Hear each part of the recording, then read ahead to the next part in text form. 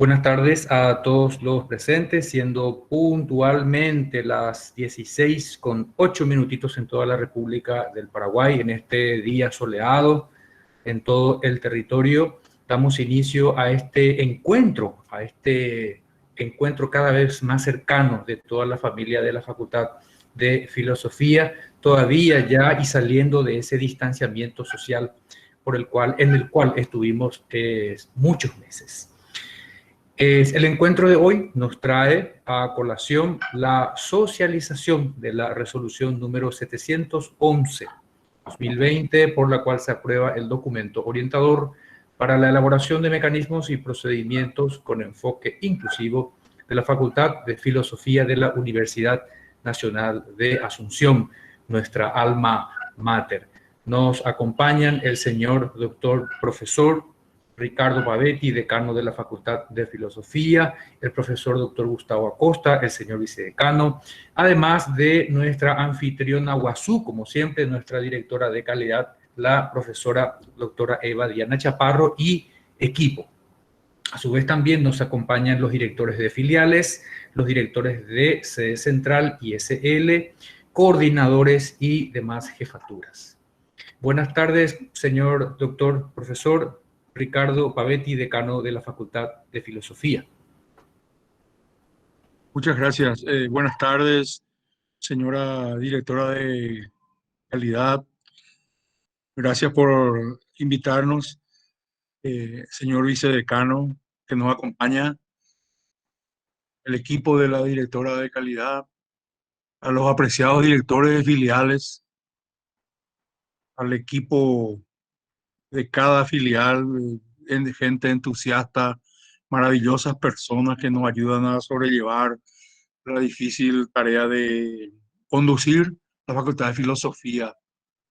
Espero que este encuentro sea provechoso porque el tema de la inclusión es algo que hace rato viene golpeando nuestras puertas y eso implica en gran medida un cambio de actitud de cada uno de nosotros, una apertura, una predisposición para enfrentar estas situaciones que la vida nos presentó y que antes encarábamos de cierta manera y hoy necesariamente por la fuerza de las cosas debemos darle otro tratamiento.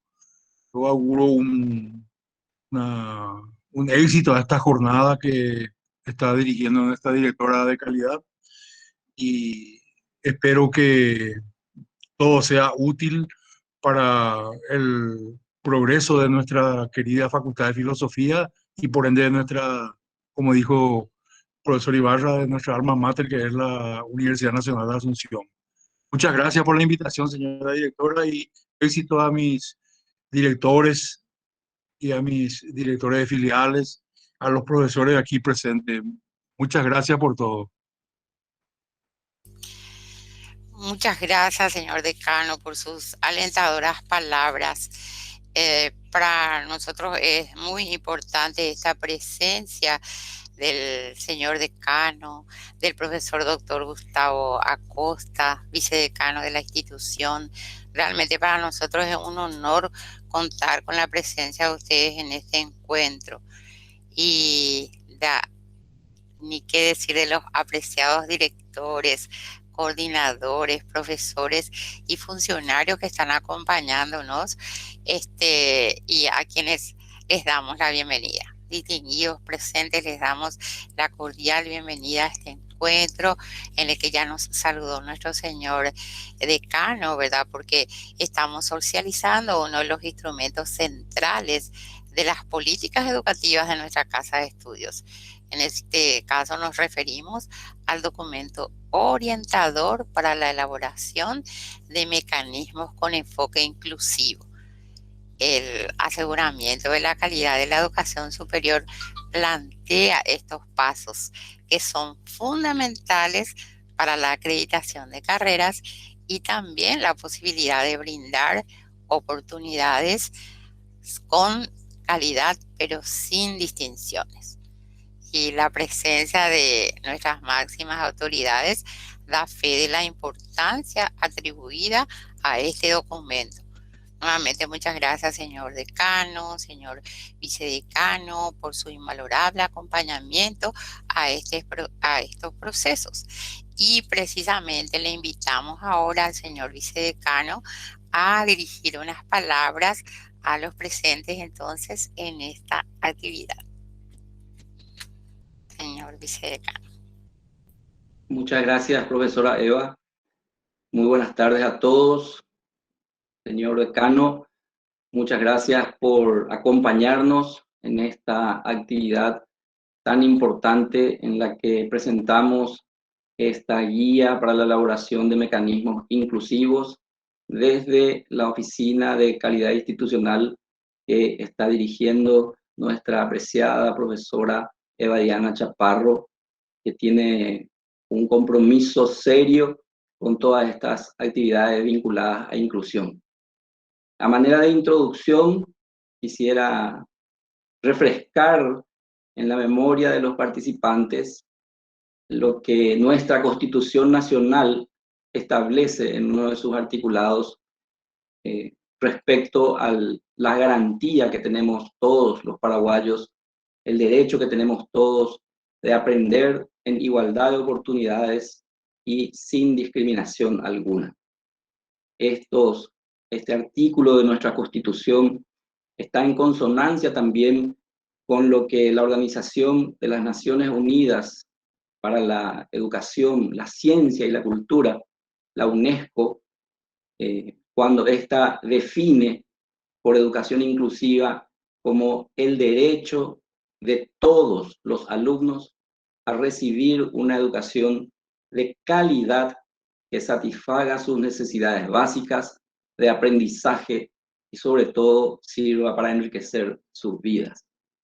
En la Constitución, a lo que establece la UNESCO, a la Ley 5136/13, 5136/13, donde también se garantiza la educación inclusiva, donde se señala que la misma es una condición básica, ¿verdad?, para garantizar la presencia, la participación y el aprendizaje de todos, sin discriminación.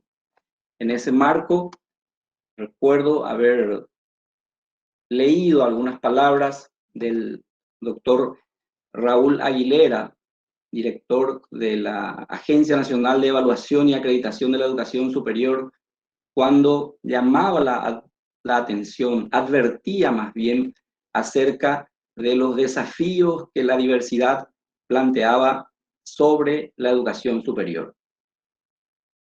Este desafío es obviamente de tratamiento impostergable.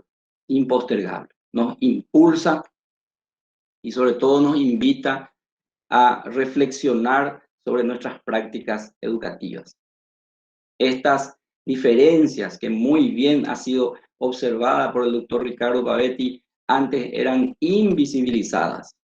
Hoy día exigen, sin embargo, de nosotros respuestas inteligentes, capaces de ir removiendo esos obstáculos, capaces de ir garantizando a todos ese acceso a la educación de calidad que desde nuestra Constitución, por los organismos internacionales y por las leyes nacionales, debe ser garantizado a todos.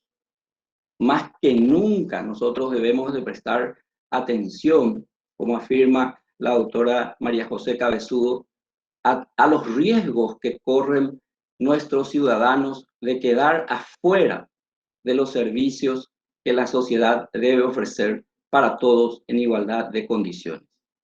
Sé de la preocupación de nuestro decano sobre este tema.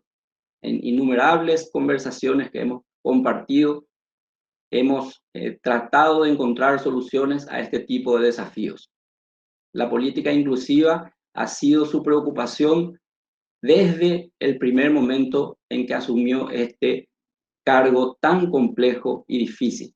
Entonces, valen sus palabras cuando lo dice, porque sé que nacen de su interés más profundo. La inclusión, entonces, es el desafío que nos hablan y nos plantean todos. Este es un proceso de transformación lento, es un proceso de transformación que tiene sus idas y vueltas, pero que tenemos que caminar con seguridad, que tenemos que caminar convencidos de que es un proceso que se inicia y no va a tener vuelta atrás. Este es un proceso de los que vienen, se instalan y van a quedar como parte de nuestras prácticas educativas. Por eso es que la Facultad de Filosofía, y me tomé el atrevimiento de mencionar específicamente al profesor Ricardo Pavetti, apoya con entusiasmo y fuerza esta transformación. Nos ha costado y mucho, bastante, todos estos procesos, pero lo hacemos convencidos de que el trabajo constante nos va a permitir desarrollar procedimientos, nos va a permitir desarrollar estrategias que nos van a hacer llegar a los objetivos que tenemos trazados para este campo. El enfoque inclusivo nos exige, como hemos compartido también en otras oportunidades con la directora de calidad institucional, la profesora Diana Chaparro, este proceso nos exige atender la diversidad de condiciones con las que los alumnos acceden a la formación universitaria.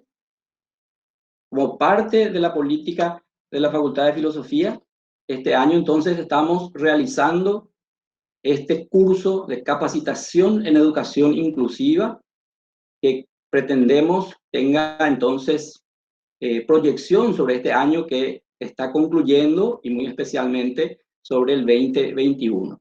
En su primera etapa está entonces, como bien advierte la profesora Badiana, está implementado para los directores, para los docentes de nuestras 7 filiales y tiene por meta, tenemos por meta ir alcanzando el próximo año a todos los que conformamos la gran familia de la Facultad de Filosofía. Este proceso la facultad asume con el compromiso de actualizar no solamente sus mallas curriculares, sus programas de todas las carreras. Este es un proceso que a partir de las recomendaciones que nos han dejado los pares evaluadores dentro de ese gran proceso de autoevaluación de todas nuestras unidades académicas, implica también ir adecuando la infraestructura de acuerdo a las necesidades de todos nuestros estudiantes. En un primer momento me permito hablar exclusivamente de la guía, entonces casi apuntando a cuestiones educativas, pero la transformación o las políticas de inclusividad abarcan también otros aspectos que tienen que ver, por ejemplo, con nuestros funcionarios y con otros tipos de públicos que vamos recibiendo en la facultad. Es un proceso que abarca y nos obliga a repensar, como decía también el decano, todas nuestras prácticas educativas, nuestra vivencia cotidiana. Entonces, deseo también, con mucho fervor y entusiasmo, la ventaja que tenemos es que en la Facultad de Filosofía somos humanistas. Entonces tenemos también esa percepción bastante humana de los problemas de estos tipos y nos ponemos la camiseta a la hora de buscar soluciones para ellas. Entonces yo tengo mucho entusiasmo y tengo mucha fe en que a pesar de nuestros recursos muy limitados, como dicen los economistas, los recursos son siempre limitados y las demandas ilimitadas, ¿verdad? Entonces con nuestros recursos limitados sé que vamos a lograr lo mejor en aras de hacer de otorgar a nuestros estudiantes un espacio donde puedan desarrollar sus competencias y desarrollarse como personas. Muchas gracias, señor decano, por su atención. Apreciados directores, apreciados colegas, estamos aquí para aprender y escuchar. Muchas gracias. Un abrazo cordial a todos.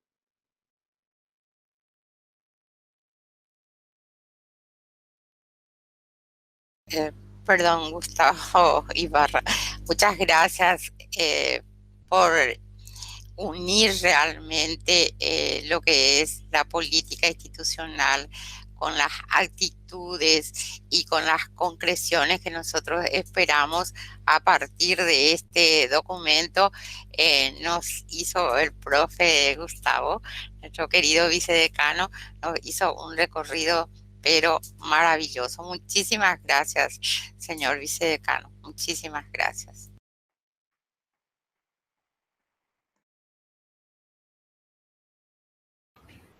Muy amable, señora directora. Entonces vamos a dar inicio a nuestro momentum de socialización, para el cual nos hemos dado invitación.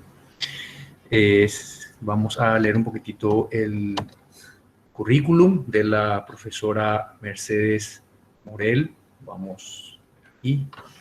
La profesora, muy querida nuestra profesora Mercedes Morel Miranda, ella es licenciada en Psicología Clínica por nuestra Casa de Estudios, posgraduada en Derechos Humanos y Género por el Rectorado de la Universidad Nacional de Asunción, especialista en Educación Inclusiva, maestría en Proceso en Psicología Clínica de la Universidad Nacional, también en nuestra Casa de Estudios, encargada de cátedra de la Facultad, docente técnico de la Dirección a cargo de la profesora Eva Diana Chaparro, Dirección de Calidad Institucional de la Facultad. Es también integrante de la Dirección General de Educación Inclusiva del Ministerio de Educación y Ciencias. Vamos a compartir entonces el trabajo de la profesora Mercedes. Vamos a darle apoyo. Muchísimas gracias por la presentación. Muy buenas tardes a todas, a todos. Muy buenas tardes, señor decano, vicedecano, señora profesora Eva Diana, compañeras, compañeros, directores. Entonces, yo tengo un poco la responsabilidad de socializar este trabajo que realmente hicimos entre todos en la dirección de calidad, ¿verdad? No es sola, yo tengo un poco hoy esa misión de ser la portavoz, pero es un trabajo de equipo, donde todos pudimos reflexionar, aportar, discutir sobre este documento, y también varios directores y compañeros de las filiales aportaron para la construcción de este documento, ¿verdad? Entonces, así como lo estaban indicando, es nuestra resolución sobre la socialización, y como lo dice su nombre, es una orientación con respecto a la elaboración de los mecanismos y procedimientos con un enfoque inclusivo, ¿verdad? Entonces, ya lo habían dicho. La siguiente, por favor. Acá está un poco nuestra resolución, la cara, ¿verdad? Seguramente después va a estar disponible para que todos puedan revisar y mirar y analizar también, ¿verdad? Es la 711, la resolución 711/20, ¿verdad? Siguiente, por favor. Entonces, sí, más que nada, a mí me gustaría hablar algunas cuestiones fundamentales que son conceptos que tienen, que este documento tiene como esencia, ¿verdad? Muchas veces miramos y leemos hacia grandes rasgos, y a mí me gustaría que justamente esta tarde me gustaría traer estos conceptos que han cambiado con el tiempo, que muy bien lo ha relatado el profesor Gustavo, ¿verdad? Hizo una síntesis bastante interesante de este proceso, ¿verdad? Entonces, ¿cuáles son esos conceptos que con el tiempo ha cambiado?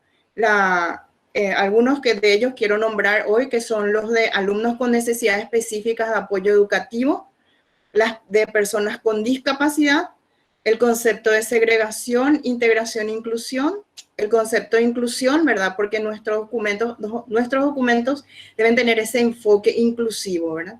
Y las barreras para la participación y el aprendizaje. Siguiente, por favor. Entonces, ¿cuál es el concepto que nos trae la ley? Porque nuestro marco, la ley marco para todos nuestros procesos inclusivos es la ley 5136/13, Educación Inclusiva, que habla de alumnos con necesidades específicas de apoyo educativo, ¿verdad?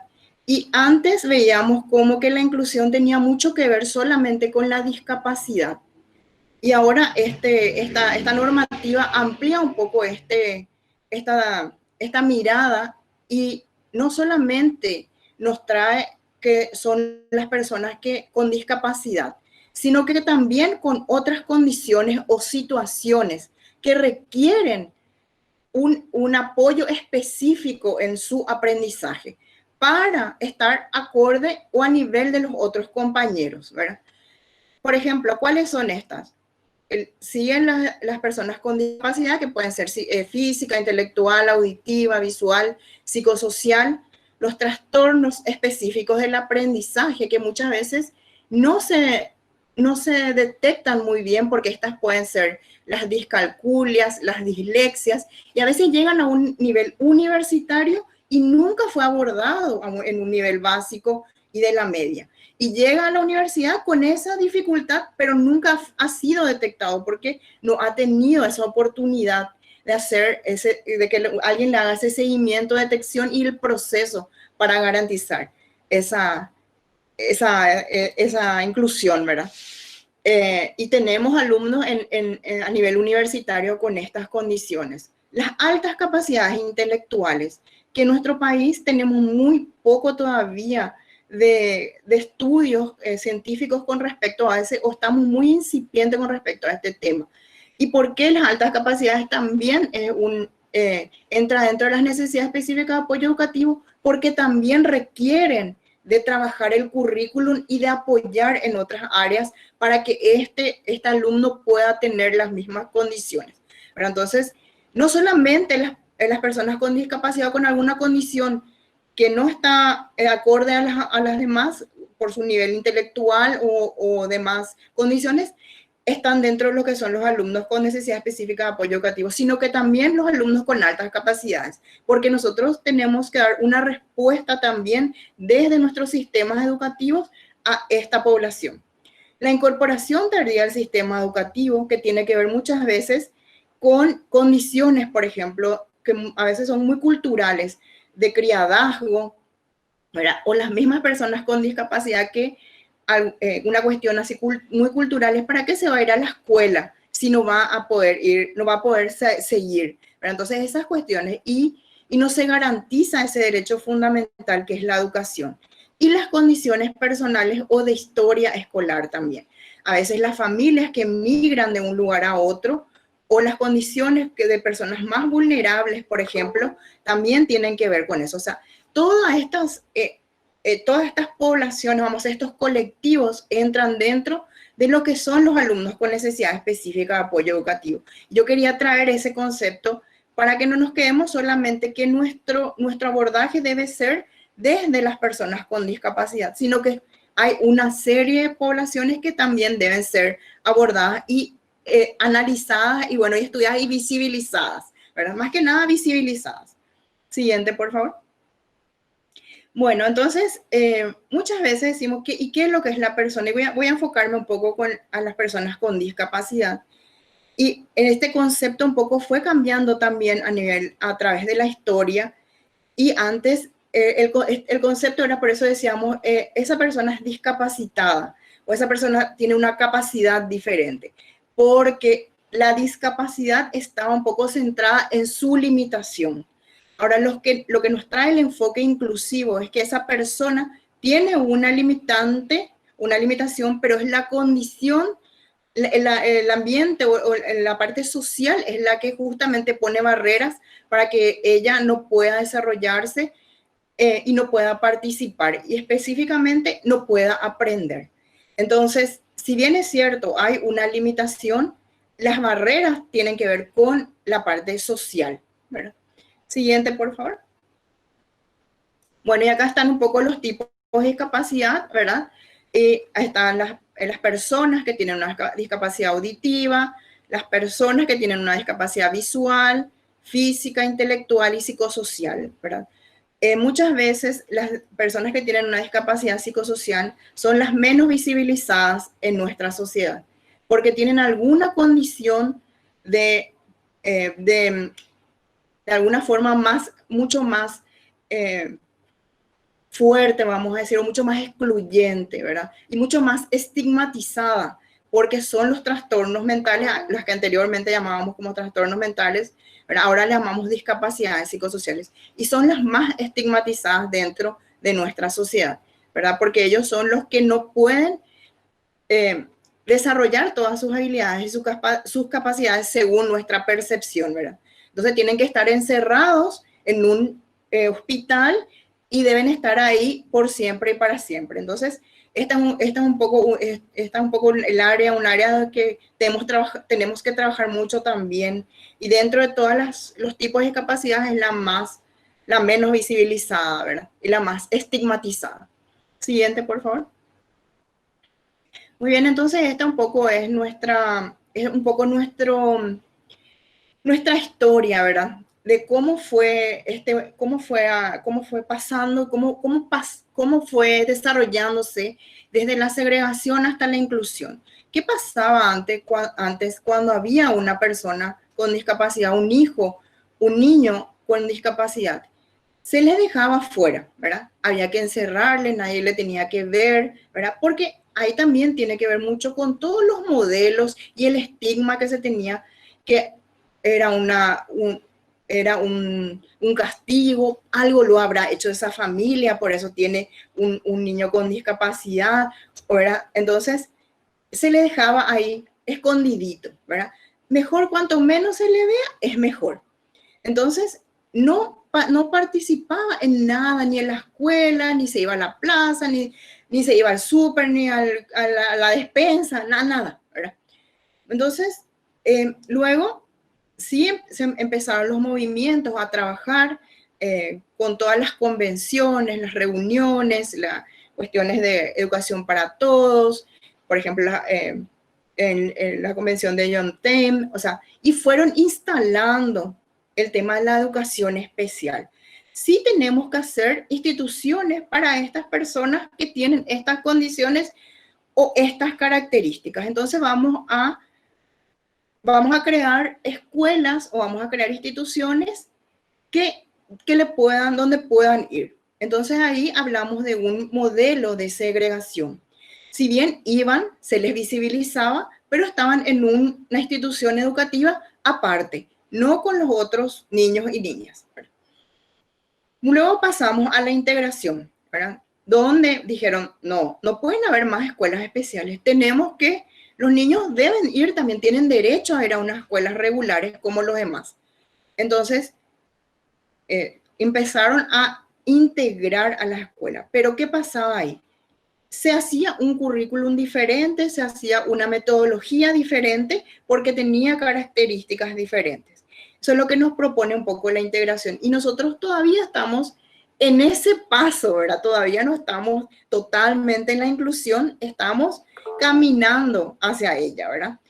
Y este espacio y estos momentos y estas resoluciones, por ejemplo, que son unas normativas, son caminos hacia esta inclusión, ¿verdad? Y bueno, ¿y qué es la inclusión? Es que es un lugar donde todos realmente, independientemente de esas condiciones, estemos ahí accediendo a la educación. Voy a hablar específicamente de la educación, perdón. Accediendo a la educación. ¿Y para qué? Para formarse y realmente ser una persona autónoma. Porque eso es lo que realmente es el fin de todo esto, ¿verdad? La educación nos tiene que llevar a formarnos y lograr la autonomía, ¿verdad? Ese es un poco el fin yo creo, de todo, ¿verdad? Y muchos dicen el fin de estudiar y de formarse es la felicidad. Y bueno, cada uno seguramente discute y ve, ¿verdad? Capaz la autonomía es una forma de felicidad también, ¿verdad? O sea, eso cada uno ve, pero realmente lo que tenemos que lograr es que las personas, independientemente de sus condiciones y sus historias, ¿verdad? Puedan ser autónomas, puedan trabajar, puedan desarrollarse, puedan hacer arte, puedan ir a un espacio educativo, puedan votar y puedan realmente ejercer todos sus derechos en igualdad de condiciones, ya como le dijeron anteriormente, ¿verdad? Entonces, este un poco era quería yo traer este dibujito un poco para hacer una historia, ¿verdad? ¿En qué paso estamos? Hicimos ya varias cosas, ¿verdad? O sea, yo creo que Paraguay ya logró tiene pasos agigantados con respecto a eso, pero nos falta todavía, ¿verdad? Siguiente, por favor. Bueno, entonces, la inclusión, ¿qué es? ¿Qué realmente es la inclusión? Es la identificación y la minimización de esas barreras para el aprendizaje y la participación, y la maximización de los recursos para el apoyo en ambos procesos. O sea, que lo que nosotros tenemos que lograr realmente con todas estas cuestiones es minimizar esas barreras que impiden que las personas puedan acceder al aprendizaje y a participar en todos los ámbitos de su vida, y maximizar los recursos para apoyar, ¿verdad? Siguiente, por favor. Entonces, ¿cuáles son estas barreras? ¿Cuáles son las principales barreras? Y acá nos cita este autor muchas, ¿verdad? Están las arquitectónicas, que son de accesibilidad, la comunicacional, que es de información, las metodológicas, las instrumentales, la pragmática, la actitudinal y la tecnológica. Estas son las barreras un poco que nosotros tenemos que minimizar y dar esos apoyos para que todas las personas podamos lograr para que podamos lograr esa inclusión. Siguiente, por favor. Muy bien, acá, por ejemplo, yo traje algunas fotos, ¿verdad? De nuestra realidad, ¿verdad? Como, por ejemplo, una persona que está en silla de ruedas, que es usuaria de silla de ruedas, va a estar por la vereda o va a transitar por la vereda cuando hay un auto ahí, ¿verdad? O sea, ahí está un poco como esa barrera actitudinal, o sea, yo no me pongo en el lugar de la otra persona porque ni siquiera visibilizo ni pienso que puede venir una persona que está en silla de ruedas, ¿verdad? Entonces, no, yo hago esto, o sea, o porque hago, o la otra foto, por ejemplo, donde esa persona usuaria de silla de ruedas no puede alcanzar, ¿verdad? En mi pensamiento, ¿verdad? En el chip, como decimos, no está incorporado todavía que esta sociedad tiene que estar preparada para todos y todas, ¿verdad? Entonces, si yo pensara que hay personas que van a transitar por mi vereda, no voy a dejar el auto ahí, ¿verdad? Entonces, esa es una barrera actitudinal todavía. La otra es una barrera arquitectónica, ¿verdad? Donde ese profesional no vio. Por eso es muy importante que no solamente los psicólogos, los que trabajamos en humanidades, entendamos de inclusión.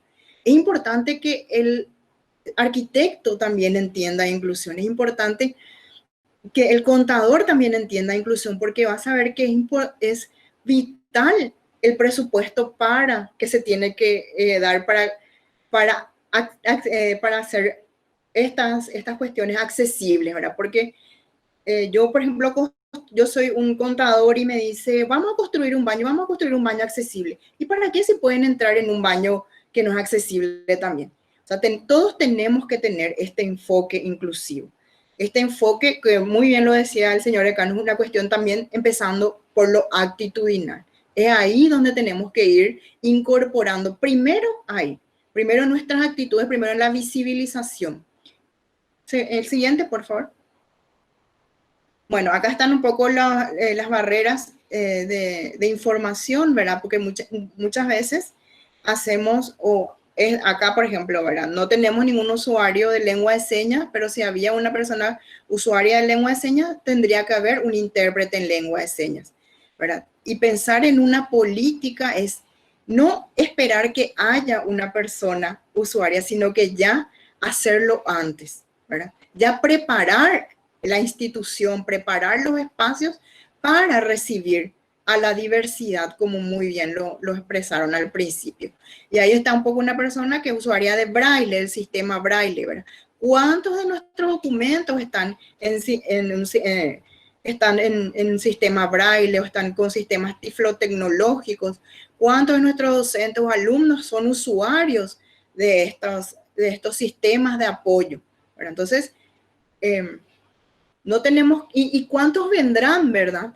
No solamente si ahora no hay, sino que pensar pensar en qué vamos a hacer, ¿verdad? O sea, nosotros estamos dando un paso, pero yo ya estoy invitando al siguiente paso, ¿verdad? Entonces, eso es prepararse, eso es crear e instalar una política inclusiva. Siguiente, por favor.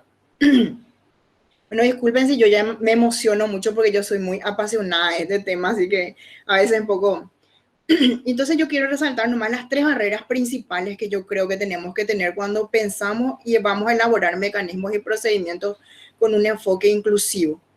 Primero, las barreras actitudinales, que de ahí parte. Segundo, el acceso tanto físico como de información. Y el tercero, el curricular, ¿verdad? Que es un poco el que también nos compete bastante. Siguiente. Y las dimensiones, y acá quiero hablar un poquitito de las dimensiones de la educación inclusiva que nos trae López Merlo, que son 3 que ustedes ya también nombraron. Una debe ser una política, una dimensión es la política, las normativas, las reglamentaciones, todo lo que se haga con respecto a lo que la institución va a instalar en el tema es una política inclusiva. Acá las autoridades están presentes, quiere decir que ellos están con un enfoque y están compenetrados con esto, y esto tiene que ver con la política inclusiva, pero no es solamente el papel. Muchas veces decimos el papel aguanta todo, sí, es cierto, pero es importante crear, es importante esta resolución, es importante basarnos en estas normativas. Pero tenemos que dar otro paso más, la práctica. ¿Cómo hacemos que esta normativa que ahora tenemos como una resolución y que están basadas en diferentes otras normativas, valga la redundancia, sea una práctica? ¿Cómo llevamos a nuestra institución, a nuestra sede, a nuestra carrera, a nuestro espacio educativo? ¿Cómo bajamos con nuestros docentes? ¿Cómo bajamos con el personal administrativo? Porque todos tienen que estar empapados, no solamente las personas que toman una decisión, sino que toda la comunidad académica debe entender y saber y tener este enfoque. Porque la persona que recibe, la persona de preceptoría, cuando se acerca a una persona con discapacidad, debe saber cómo tratarle a la persona que viene. Se quiere inscribir, bueno, hay un manual muy bueno del profesor César Martínez, que es nuestro profesor de la facultad también, sobre el buen trato. Ahí también tenemos que sensibilizar de cómo voy a tratar, ¿verdad? Porque no solamente porque yo soy psicóloga o porque el director, la directora debe conocer, toda la comunidad académica debe conocer y debe tener en sus prácticas este enfoque inclusivo. Y eso crea una cultura inclusiva, ¿verdad? Una cultura institucional inclusiva. O sea que en la Facultad de Filosofía, esta es la cultura inclusiva que se instaló. Entonces, todas las personas que vienen ahí saben que estas son nuestras prácticas y estas son nuestras culturas inclusivas, ¿verdad? Yo siempre estaba orgullosa de que era estudiante, que nuestra universidad, nuestra facultad, era uno de los únicos edificios que tenía una rampa, por ejemplo, ¿verdad? Allá en los años 90, cuando yo era estudiante, eso era casi en ningún lugar, ¿verdad? O sea, y ahí fue como, eso es parte de nuestra cultura también, ¿verdad? Porque, aunque tenga que ver algo con la accesibilidad, pero decimos que está en esta institución y así es la facultad, ¿verdad? Siguiente, por favor. Esto no voy a detenerme mucho, pero sí quería decir, porque me parece importante estas dimensiones. ¿Y por qué traigo esto? Porque todas las organizaciones, o sea, toda la organización tiene que estar compenetrada con la política, ¿verdad? Tiene que haber esta política, las normativas, las resoluciones que salen de la facultad o que se emiten de la facultad tienen que estar en concordancia con las leyes, con las convenciones que Paraguay ha ratificado a nivel de inclusión, ¿verdad? No puede estar en contra de estas leyes ni estas normativas, ¿verdad? Entonces, por eso nuestra resolución tiene una base en las normativas nacionales e internacionales. El crear una práctica inclusiva tiene que ver con revisar la metodología de la enseñanza. ¿Cómo estamos enseñando? ¿Cuál es la propuesta del trabajo? ¿Y cuál es la evaluación? Porque no solamente tenemos que incorporar el cambio del currículum y la forma de mirar, sino que también cómo evaluamos, ¿verdad? Eso también es importante porque si no pensamos en la evaluación, no estamos pensando en el todo. Si tenemos un documento que nos habla de un enfoque inclusivo, pero tenemos docentes que están cerrados todavía a hacer sus evaluaciones de forma flexibles y dando estos apoyos a las personas que requieren, entonces no estamos en concordancia con nuestras normativas. No estamos haciendo una práctica inclusiva. Entonces es importante que se instale esa práctica inclusiva. No se instala con una normativa, se instala con la sensibilización, con el análisis, con la discusión, con la incorporación, con también hacer investigaciones y entender, ¿verdad? O sea, también tenemos que hacer investigaciones con enfoques inclusivos para que realmente también podamos nutrirnos de lo que nos dice la ciencia, ¿verdad? Entonces, esto un poco en líneas generales yo quería instalar porque tenemos que seguir trabajando en las prácticas para crear una cultura inclusiva. Y no es solamente una cultura dentro de la facultad, sino que una sociedad inclusiva, ¿verdad? O sea, no solamente es salimos de la facultad y afuera o en la sociedad es excluyente, no. Realmente cuando todos vamos incorporando eso, vamos a crear una sociedad más inclusiva. Siguiente, por favor. Bueno, entonces acá está nuestro documento ya concretamente. ¿Qué es lo que de qué nos habla nuestro documento? Ahí tenemos un poco una coherencia, que esta coherencia tiene que ver que está enmarcado dentro con los planes, con el plan estratégico de la Universidad Nacional, ¿verdad? Tiene una fundamentación, un marco normativo, las estrategias generales de adaptaciones curriculares para la gestión de la inclusión y la discapacidad en el aula y las características que tiene que tener un centro de educación superior accesible, ¿verdad? Como dice su nombre, esto es un documento orientador. Cada uno dentro de sus espacios educativos va a ser de acuerdo a su realidad, ¿verdad? Por eso es que a veces hablamos con la profesora Eva, nos piden, por ejemplo, un documento ya elaborado, pero eso tiene que ver con la realidad de cada uno, porque nuestra realidad en Casa Central no es la misma que en Cacupé o que en San Pedro, y no es la misma realidad en la población que va también. Entonces, este documento se tiene que ir creando desde las realidades que cada uno va viviendo, con sus poblaciones y con sus alumnos con necesidades específicas de apoyo educativo. Siguiente, por favor.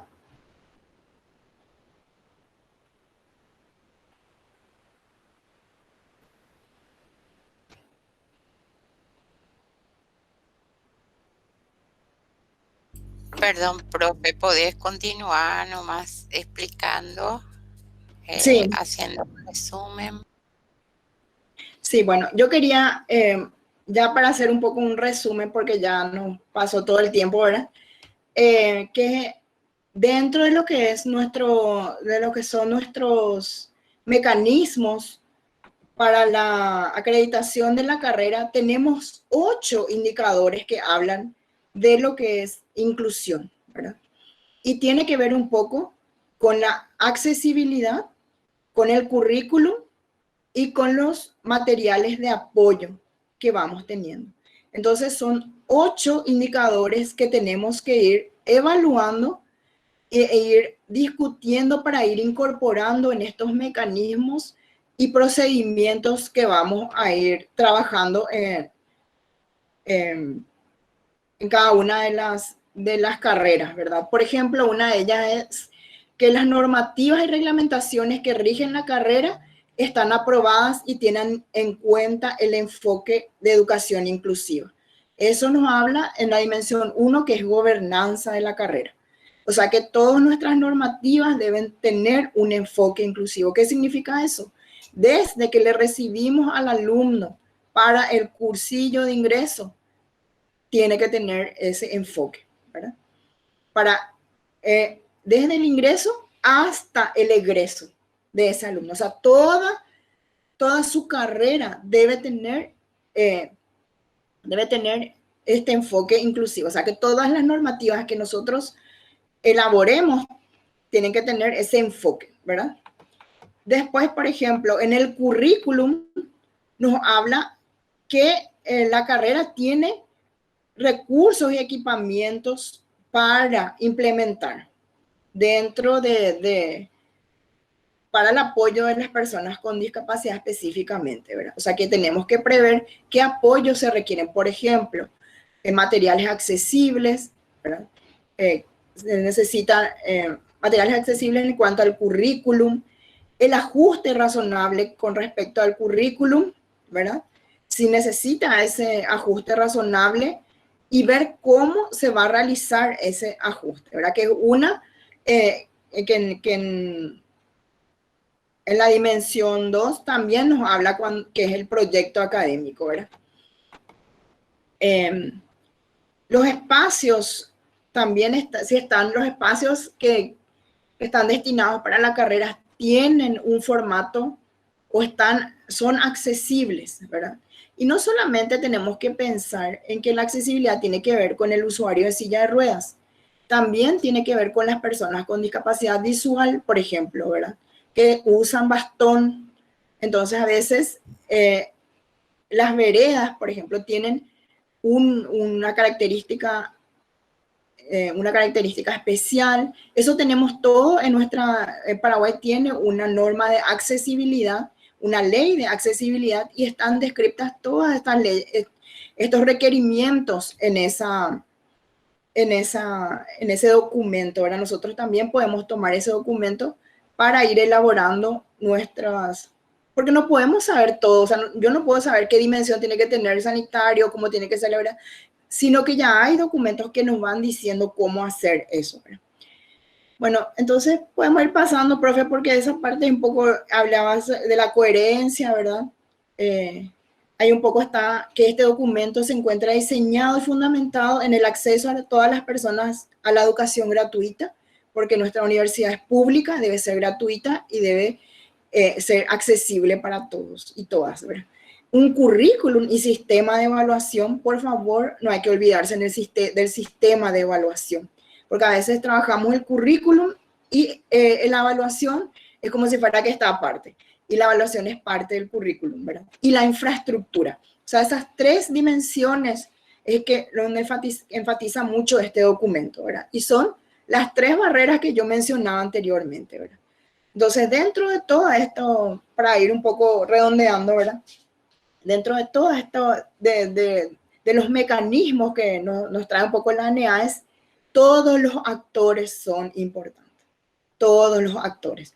En las personas, en el talento humano, debemos diseñar capacitaciones para que todos podamos atenderles de la mejor manera a nuestros estudiantes y a las personas, no solamente estudiantes, también docentes, ¿verdad? Y profesionales que estamos dentro de lo que es la casa de estudio, ¿verdad? Entonces, no solamente pensar en docentes y también los estudiantes deben participar de estos procesos, y las personas que también, hay colectivos muchas veces de personas con discapacidad visual o auditiva, y también tenemos que hacer que ellos, si están dentro de nuestra casa de estudio, también que nos validen lo que hacemos, porque a veces nosotros tenemos desde la parte técnica una visión, pero desde la realidad es otra la visión. Entonces, por eso es muy importante siempre consultar con los actores de nuestros procedimientos o mecanismos que vamos elaborando. Yo creo que por ahí, profe, podemos ir dejando. Profe, yo te pediría si pudieras referirte solamente a por lo menos el 33 y 34. Sí. La diapositiva 33 y 34 le vamos a pedir al profe Gustavo si nos puede, a los efectos prácticos, cómo vamos a utilizar, ¿sí? Sí. Muy bien. Acá, por ejemplo, yo tomé una solicitud de inscripción que ya tenemos, ¿verdad? ¿Y cómo podríamos tener este enfoque? Desde el vamos ya ir incorporando si esa persona tiene una discapacidad, ¿verdad? Y relevando ya ese dato. Es muy importante también, yo que trabajo en otro nivel de lo que es educación y el enfoque inclusivo, que hay personas que ya tienen ajustes razonables y vienen a la universidad con ajustes razonables y no se hace ese seguimiento. Por eso le incluimos si en algún momento de la escolar básica o de la media tuvo un ajuste razonable, ¿verdad? Entonces es importante para que también tengamos un antecedente y ver si necesita, requiere todavía de un ajuste. Por ahí en otro momento podríamos hablar de los ajustes razonables significativos y no significativos, ¿verdad? Ya pronto voy a decir que los significativos tienen que ver con justamente el currículum, de ir modificando el currículum, y los no significativos son los de apoyo, ¿verdad? Por ejemplo, lengua de señas, braille o algunos otros sistemas de apoyo que tienen que ver más con las discapacidades sensoriales. Entonces ya por ejemplo, es una solicitud de inscripción modelo o una sugerencia que se puede ir incorporando. Y si requiere de algún ajuste, ¿verdad? Tanto de accesibilidad o tecnológico, ya incluir en la ficha de inicio, por ejemplo, para saber. Entonces nosotros no necesariamente cuando llega, o sea, cuando ya tenemos preparado cuando pudiera llegar algún estudiante, ¿verdad?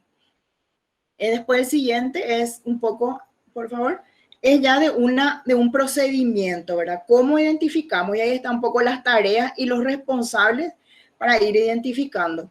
Y todo esto que yo estuve hablando un poquitito tiene que estar incorporado en esa mirada de hacer el documento, ¿verdad? Porque a veces parece cuando es muy teórico y cuando vamos a elaborar el documento tenemos un poco algunas dificultades, ¿verdad? Pero bueno, esa un poco es la idea de tener esas miradas siempre de lo que nos dice la teoría, de lo que nos dicen las normativas y lo que nos dice nuestra casa de estudio o el currículum también. Bueno, esto es un poco lo que quería presentar y muchas gracias.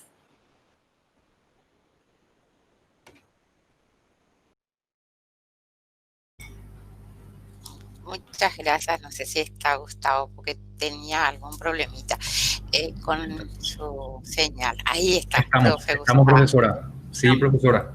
Quedo atento, estimada directora, para sus indicaciones para continuar con el debate correspondiente. Aquí, profe, usted sabe que en el Google Meet, cuando uno se le corta su conexión, el chat se borra. Por eso es que no estoy teniendo ya el registro aquí de si alguien pidió o no la palabra. Así que le rogaría, profe, si usted puede ir marcando un poco ese aspecto, por favor. Bueno.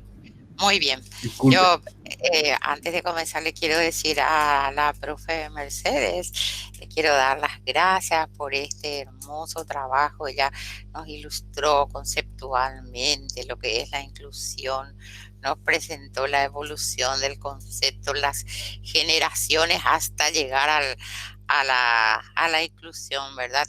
Y además dio un concepto muy interesante que está en la ley, ¿verdad? Que es el de las necesidades específicas de apoyo educativo. Porque todos seguramente que en algún momento de nuestras vidas, así sea en matemáticas, en castellano o en alguna asignatura, tenemos algún inconveniente. Esas necesidades de apoyo educativo, bueno, me pareció genial. Y sobre todo las barreras que nosotros mismos le ponemos a los demás, no esas barreras que ponen ellos, sino que nosotros. Ilustraste muy bien, profe Mercedes, con las barreras arquitectónicas, las barreras actitudinales, inclusive en esa evolución del concepto de lo que fue segregación y demás, cuántos prejuicios había todavía de por medio. Así es que muchísimas gracias, profe. Y queremos dar, con el permiso del señor decano y vicedecano, que sabemos que son personas muy ocupadas y que nos están ayudando, nos están apoyando firmemente aquí. He visto que el decano escribió allí que él está muy feliz y nosotros ni qué decir, ¿verdad? En saludar a este maravilloso grupo humano de la Facultad de Filosofía. Y la profe Tirsa dice también que es un placer inmenso compartir este espacio. Hay otra profesora que dice que interesante, excelente trabajo. Ruth dice, los ajustes significativos son un tema de debate en el nivel universitario debido a la calidad educativa. María Virginia Ramírez dice, es muy importante considerar ya la documentación con que cuenta el estudiante para darle continuidad al mismo y ajustarlo según las exigencias del perfil de la carrera. Es decir, entonces están siguiendo atentamente esta presentación, profesora Mercedes. Juan Elías Ábalos también dice súper interesante. Liz Diana también dice interesante presentación. Y yo creo que, bueno, si damos dos espacios de intervención también a nuestros queridos participantes, con el permiso del decano y vicedecano, ¿puede ser? No. Adelante, Bueno. directora. Muy bien, Adelante. entonces le cedemos la palabra al profe Gustavo, que nos va a dirigir a quienes están levantando la mano, porque no estoy viendo. A ver. Sí, aún no están tomando la palabra, profesora, según estamos observando en el chat. Quedamos atentos, directora. Con tu permiso, Eva, entiendo que Lina Mesa tiene una pregunta en su comentario en chat. Bueno. Y no sé si también, en mi manera de leer, no sé si Héctor pidió la palabra, ¿verdad? Lina y Héctor, no sé si Héctor pide la palabra o solamente está confirmando algo, pero Lina dice cuál es el procedimiento. Muy bien, ahí ya tenés. Entonces, muchas gracias, profe Gustavo. Perdón, no sé si se refiere al procedimiento para la implementación de esta guía o al procedimiento para este espacio de preguntas y respuestas. ¿Está Lina por allí? Puede abrir micrófono sin problema. Estamos en nuestra familia de la Facultad de Filosofía. A ver, es que yo no estoy viendo. Debe haber. No sé si se refiere a Lina. Aquí está. El procedimiento. ¿Cuál es el procedimiento? Cuando es solo de acceso, ¿qué documento se debe realizar o los pasos? Dice profe Mercedes.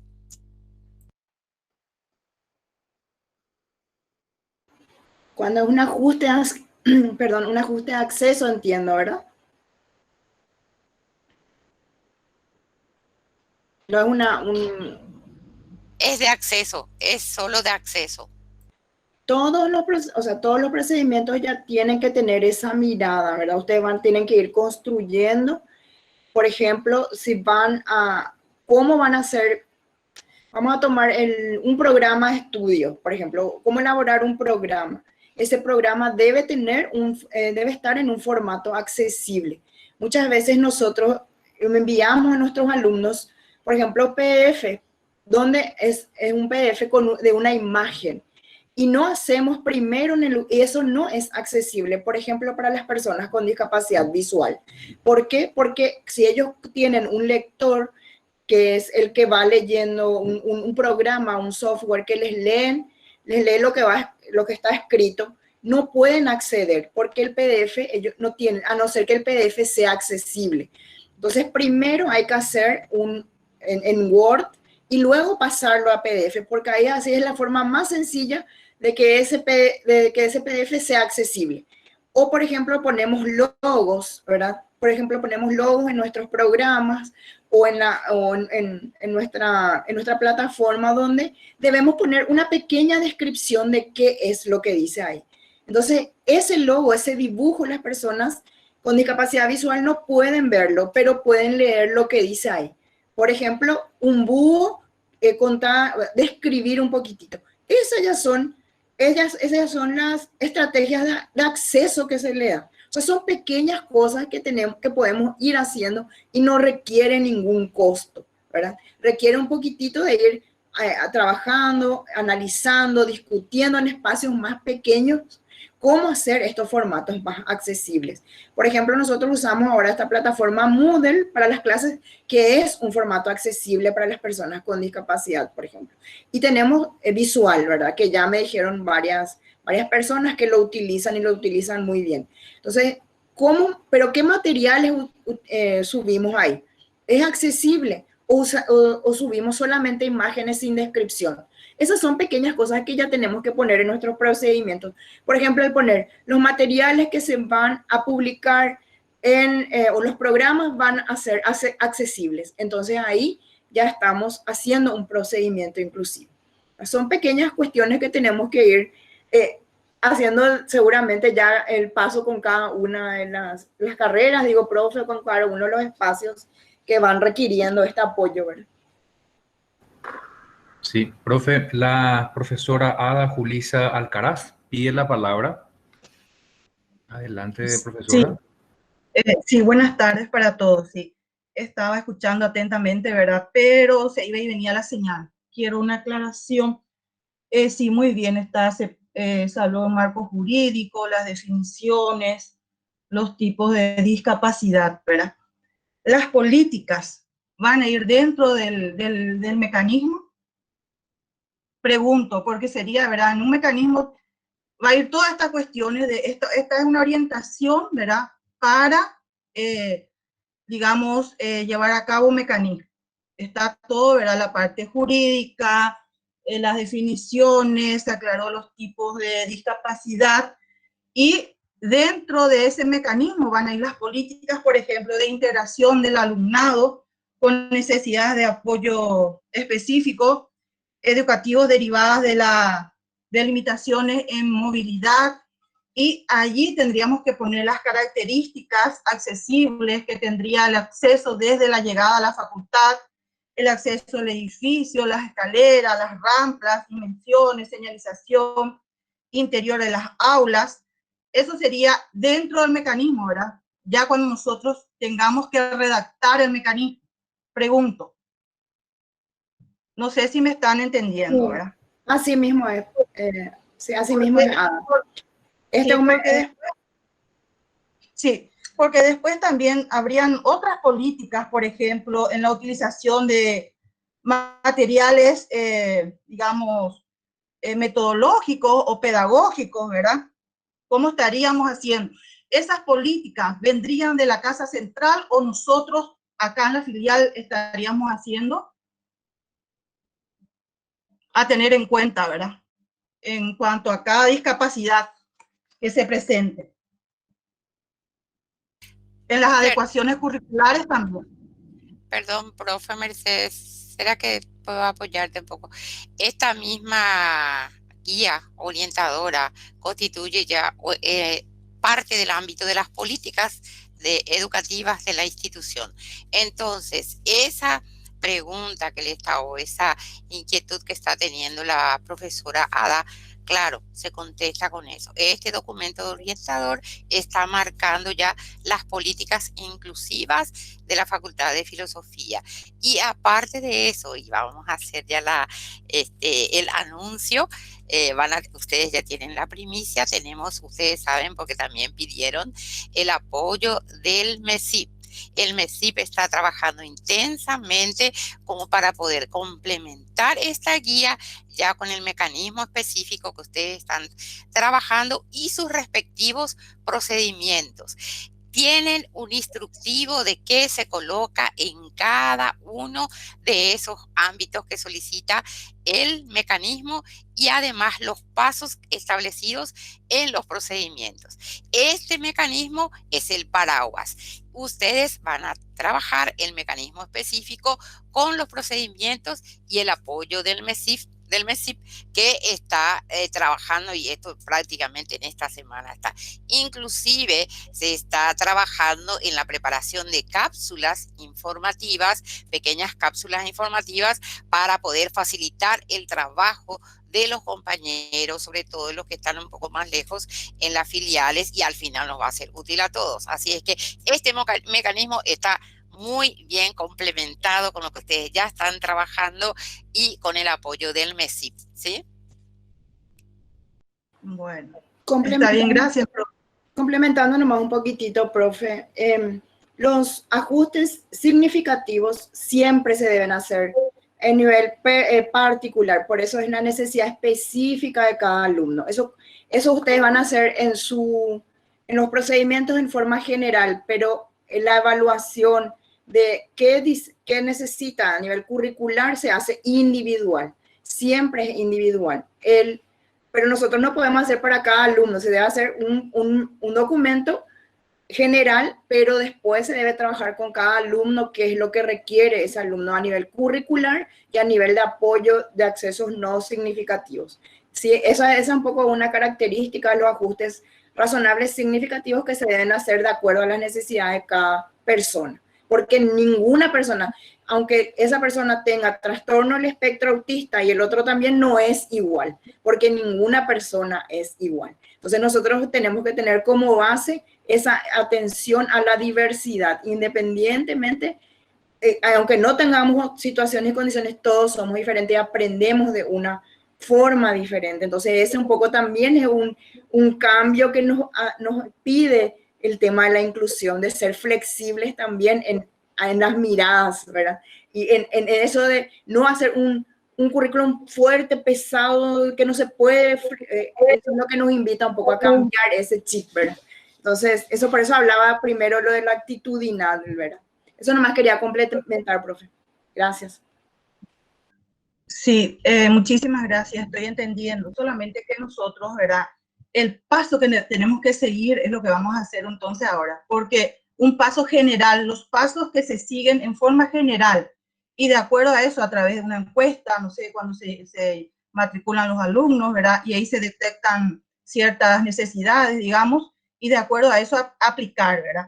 Pero en forma general, nomás yo estaba preguntando, porque realmente con la visita de pares, nosotros en Villarrica tenemos la acreditación postergada y justamente esta parte fue nuestra debilidad en educación inclusiva, en los mecanismos. Ahí bajamos muchísimo nuestra calificación porque no contamos, ¿verdad? Con mecanismos.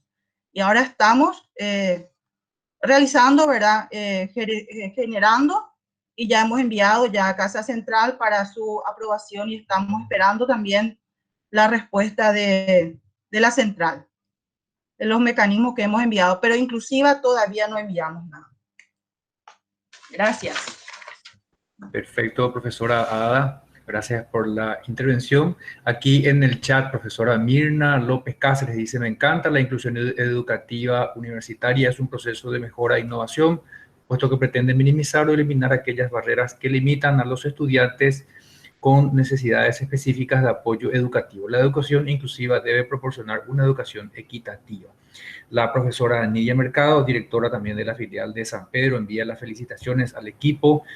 La profesora María Virginia Ramírez, la solicitud de admisión es fundamental para reunir los primeros datos del estudiante. Sería muy interesante contar con dicha solicitud ya en línea en la página de la facultad.